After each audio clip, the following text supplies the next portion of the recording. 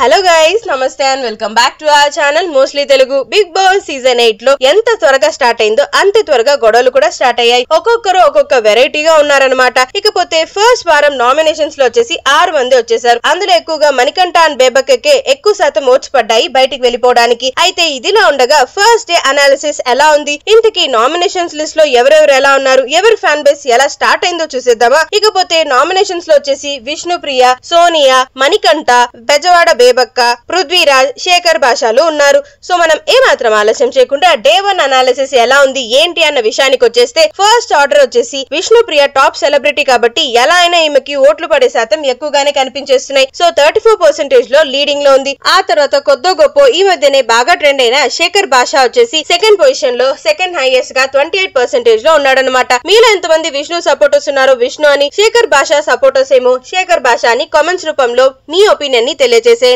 ఇకపోతే third highest లో వచ్చేసి 15% ఆఫ్ ఓటింగ్ లో పృథ్వీ అయితే కొనసాగుతున్నాడు. ఆ తర్వాత బెజవాడ బేబక్క ఏమో 11% ఆఫ్ ఓటింగ్ లో ప్రస్తుతానికైతే బానే ఉందన్నమాట ఈమెకి సోషల్ మీడియాలో ఫ్యాన్ బేస్. ఆ తర్వాత 7% ఆఫ్ ఓటింగ్ లో అందరికన్నా కూడా కొంచెం లీస్ట్ లో మణికంఠ అయితే కొనసాగుతూ ఉన్నాడు. ఈసారి ఎందుకనో మణికంఠ వచ్చేసి చాలా టార్గెట్ అవుతున్నాడు అండ్ టార్గెట్ అయ్యేలా చేసుకుంటున్నాడు అనిపించేస్తుంది. ఆ తర్వాత లీస్ట్ అండ్ లాస్ట్ లో వచ్చేసి సోనియా అక్లా విత్ 5% ఆఫ్ ఓటింగ్ లో మాత్రమే కొనసాగుతుంది. ఇంతకీ మీలో ఎవరిని సేవ్ చేయాలనుకుంటున్నారు, ఎవరిని ఎలిమినేట్ చేయాలనుకుంటున్నారు కింద కమెంట్స్ రూపంలో తెలియజేసేయండి.